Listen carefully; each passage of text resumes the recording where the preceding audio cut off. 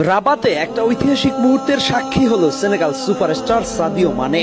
ম্যাচের তখন ৯৮ মিনিট চলছিল, যদিও এর আগে ৯২তম মিনিটে সেনেগালের একটা গোল বাতিল করে দেয় রেফারি।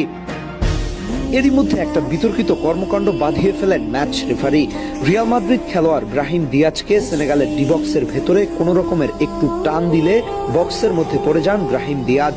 আবেদনের প্রেক্ষিতে ভিএআর এ সিদ্ধান্ত নেন রেফারি। সেখানে গিয়ে তিনি একটি বিতর্কিত সিদ্ধান্ত নিয়ে নেন, সরাসরি পেনাল্টি ঘোষণা করে দেন। অথচ আপনি যদি খেয়াল করেন, এই ধরনের ধাক্কা কিংবা টেনে ধরায় ম্যাচের এই পরিস্থিতিতে পেনাল্টি পাওয়ার কোন রকমের যৌক্তিকতা নেই। কারণ এত বড় একটা ফাইনাল তখন পর্যন্ত গোল শূন্য ড্রর মধ্যে দিয়ে যাচ্ছিল, কিন্তু ব্রাহিম দিয়াজ রিয়াল মাদ্রিদের মতো রেফারির উপরে চাপ সৃষ্টি করছিলেন, যেন যে করেই হোক পেনাল্টি তার লাগবেই। শেষ পর্যন্ত রেফারি এই সিদ্ধান্ত নিল।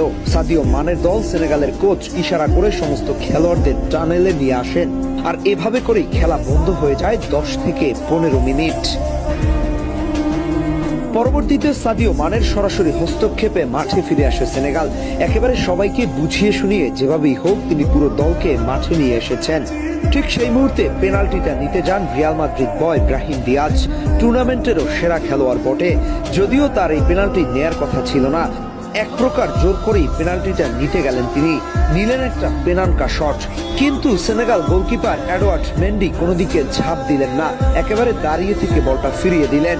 গ্যালারিতে তখন সেনেগাল সমর্থকদের উল্লাস, বিপরীতে ব্রাহিম দিয়াজের সেই করুণ চাহনি। কারণ ওই মুহূর্তে একটা গোল করতে পারলে আর সমতায় ফেরার সুযোগ কিংবা জয়ের সুযোগ থাকতো না সেনেগালের। খেলা তখন গড়িয়েছে ৯০, পরবর্তী আরো ২৪ মিনিট। এরপর শুরু হয় এক্সট্রা টাইম। সেই এক্সট্রা টাইমের ৪ মিনিটের মাথায় সেনেগাল পেপে গুয়া দারুণ একটা শটে গোল করে দলকে লিড এনে দিলেন। সেখান থেকে আর সমতায় ফিরতে পারেনি মরক্কো। শেষ পর্যন্ত ১-০ গোলে কাপ অফ নেশনস জিতে নেয় সাদিও মানের সেনেগাল।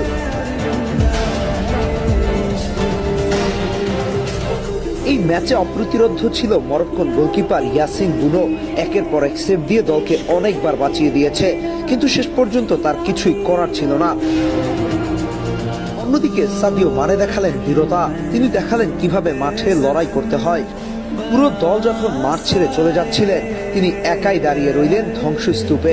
সবাইকে ডেকে আনলেন, যেন বোঝাতে চাইছিলেন যুদ্ধের ময়দান থেকে পালিয়ে যেতে নেই, আমরা এখানে লড়াই করতে এসেছি। আর শেষ পর্যন্ত সেই মনোভাবই সেনেগালকে শিরোপা জিতিয়েছে। What a match, what a tragic